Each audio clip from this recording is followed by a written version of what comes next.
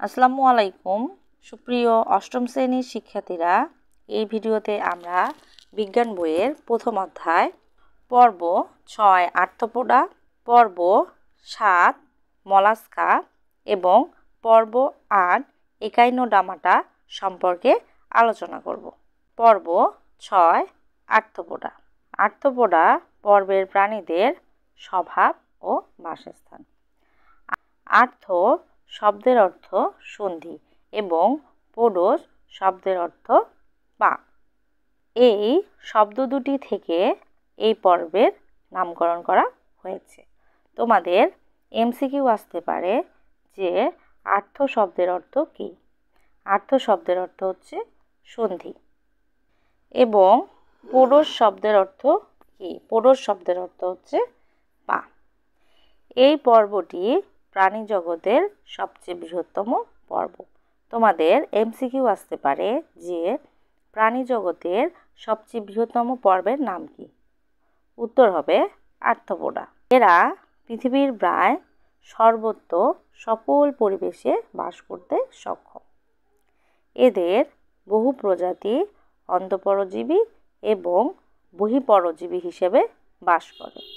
বহু প্রাণী স্থলে, স্বাদু পানিতে ও সমুদ্রে বাস করে। এ পর্বের অনেক প্রজাতির প্রাণীর ডানার সাহায্যে উঠতে পারে। তোমাদের এমসিকিউ আসতে পারে কোন পর্বের প্রাণীরা ডানার সাহায্যে উঠতে পারে? উত্তর হবে আর্থ্রোপোডা পর্বের প্রাণীরা ডানার সাহায্যে উঠতে পারে। এখন আলোচনা করব সাধারণ বৈশিষ্ট্য। সাধারণ বৈশিষ্ট্য কি বলেছে? দেহ, মস্তক, বক্ষ ও উদর এই তিনটি অঞ্চলে বিভক্ত এবং সন্ধিযুক্ত উপাঙ্গ বিদ্যমান। তোমাদের এমসিকিউ আসতে পারে আর্থ্রোপোডা পর্বের প্রাণীরা কয়টি অঞ্চলে বিভক্ত? উত্তর হবে 3টি অঞ্চলে। আবার এভাবে কোশ্চেন আসতে পারে আর্থ্রোপোডা পর্বের প্রাণীরা কোন কোন অঞ্চলে বিভক্ত? উত্তর হবে মস্তিষ্ক, বক্ষ ও উদর এই 3 অঞ্চলে বিভক্ত। আমাদের এমসিকিউ আসতে পারে কোন পর্বের প্রাণীদের সন্ধিযুক্ত উপাঙ্গ বিদ্যমান? উত্তর হবে আর্থ্রোপোডা পর্বের প্রাণীদের সন্ধিযুক্ত উপাঙ্গ বিদ্যমান। মাথায় একজোড়া পুঞ্জাক্ষী ও অ্যান্টেনা থাকে। এগুলোকে বলে পুঞ্জাক্ষী এবং এগুলো হচ্ছে অ্যান্টেনা। তাহলে বলতে পারি মাথায় একজোড়া পুঞ্জাক্ষী ও অ্যান্টেনা থাকে। নরম দেহ কাইটিন সমৃদ্ধ শক্ত আবরণী দ্বারা আবৃত। মালপিজিয়ান নালিকা নামক রেচনাঙ্গ বিদ্যমান। তোমাদের এমসিকিউ আসতে পারে আর্থ্রোপোডা পর্বের প্রাণীদের রেচন অঙ্গের নাম কি? রেচন অঙ্গের নাম হচ্ছে মালপিজিয়ান নালিকা। দেহের রক্তপূর্ণ গহ্বর হিমোসিল নামে পরিচিত। তোমাদের এমসিকিউ আসতে পারে আর্থ্রোপোডা পর্বের প্রাণীদের দেহে রক্তগহ্বর কি নামে পরিচিত? উত্তর হবে হিমোসিল নামে পরিচিত। আর্থ্রোপোডা পর্বের প্রাণীদের কয়েকটি উদাহরণ দাও বা 2টি উদাহরণ দাও। এটি যদি বলে তাহলে তোমরা লিখবা প্রজাপতি, চিংড়ি, আরশোলা, কাঁকড়া। এগুলো হচ্ছে আর্থ্রোপোডা পর্বের প্রাণী। এখন আমরা পর্ব 7 মলাস্কা নিয়ে আলোচনা করব। স্বভাব ও বাসস্থান। মোলাস্কাস শব্দ থেকে এই পর্বের নামকরণ করা হয়েছে। মোলাস্কাস শব্দের অর্থ হলো নরম। এটি প্রাণী জগতের দ্বিতীয় বৃহত্তম পর্ব।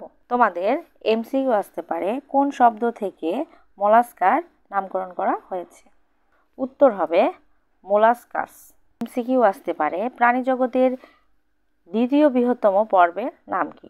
দ্বিতীয় বৃহত্তম পর্বের নাম হচ্ছে মলাস্কা। এই পর্বের প্রাণীদের গঠন, বাসস্থান ও স্বভাব বৈচিত্র্যপূর্ণ। এরা পৃথিবীর প্রায় সকল পরিবেশে বাস করে। প্রায় সবাই সামুদ্রিক এবং সাগরের বিভিন্ন স্তরে বাস করে। কিছু কিছু প্রজাতি পাহাড়ি অঞ্চলে, বনে জঙ্গলে এবং স্বাদু পানিতে বাস করে। মলাস্কা পর্বের প্রাণীদের আমরা এখন সাধারণ বৈশিষ্ট্য আলোচনা করব। সাধারণ বৈশিষ্ট্য কি বলেছে? দেহ নরম। নরম দেহটি সাধারণত শক্ত খোলস দ্বারা আবৃত। পেশিবহুল পা দিয়ে এরা চলাচল করে। ফুসফুস বা ফুলকার সাহায্যে শ্বাসকর্য চালায়। এখানে আমরা মলাস্কা পর্বের প্রাণীদের সাধারণ বৈশিষ্ট্য কি কি দেখলাম? মলাস্কা পর্বের প্রাণীদের দেহ হচ্ছে নরম এবং দেহটি সাধারণত একটি শক্ত খোলস দ্বারা আবৃত থাকে। পেশিবহুল পা থাকে যার সাহায্যে এরা চলাচল করে। মানুষের মতো ফুসফুস বা মাছের মতো ফুলকার সাহায্যে শ্বাসকর্য চালায়। উদাহরণ যদি আমরা বলি, মলাস্কা পর্বের প্রাণীদের উদাহরণ দাও। মলাস্কা পর্বের প্রাণীদের উদাহরণ হবে শামুক, ঝিনুক। এখন আমরা পর্ব 8 ইকাইনোডার্মাটা নিয়ে আলোচনা করব। দেখো, স্বভাব ও বাসস্থান। ইকাইনোজ শব্দের অর্থ কাটা। ডার্মা শব্দের অর্থ হচ্ছে ত্বক। শব্দ দুটি নিয়েই পর্বটির নামকরণ করা হয়েছে। এই পর্বের সকল প্রাণী সামুদ্রিক। ইকাইনোডার্মাটা পর্বের যত প্রাণী আছে সবগুলোই কোথায় বাস করে? সমুদ্রে বাস করে। পৃথিবীর সকল মহাসাগরে এবং সকল গভীরতায় এদের বসবাস করতে দেখা যায়। এদের স্থলে বা মিঠা পানিতে পাওয়া যায়। এরা অধিকাংশ মুক্তজীবী। ইকাইনোডার্মাটা পর্বের প্রাণীদের সাধারণ বৈশিষ্ট্য। 1 নম্বর কি বলেছে? দেহত্বক কাঁটাযুক্ত। এর মানে ইকাইনোডার্মাটা পর্বের প্রাণীদের শরীরে কাঁটা থাকে বা ত্বক কাঁটাযুক্ত। দেহ 5টি সমান ভাগে বিভক্ত, অর্থাৎ পঞ্চৌরীয় প্রতিসম। 5টি সমান ভাগে বিভক্ত বলতে আমরা যেভাবেই ভাগ করি না কেন, ইকাইনোডার্মাটা পর্বের প্রাণীদের 5টি সমান ভাগে ভাগ করা যায়। চিত্রে আমরা একটি তারা মাছ দেখতে পাচ্ছি। দেখো, তারা মাছ অঙ্গ বা বাহু রয়েছে। এগুলোকে আমরা সমান 5 ভাগে বিভক্ত করতে পারি। তারা মাছ সমান 5 ভাগে বিভক্ত করা যায় বলে এই পর্বের প্রাণীদের পঞ্চৌরীয় প্রতিসম বলা যায়। পানি সংবহন তন্ত্র এবং নালীপথের সাহায্যে চলাচল করে। পূর্ণাঙ্গ প্রাণীতে অঙ্কীয় পৃষ্ঠদেশ নির্ণয় করা যায়, কিন্তু মাথা চিহ্নিত করা যায় না।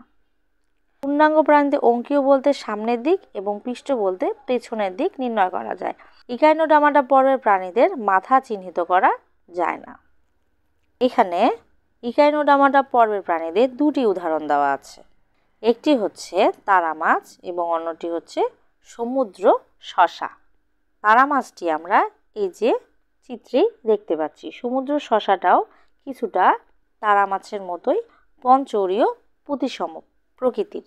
আজকে এ পর্যন্তই, দেখা হবে পরবর্তী ক্লাসে।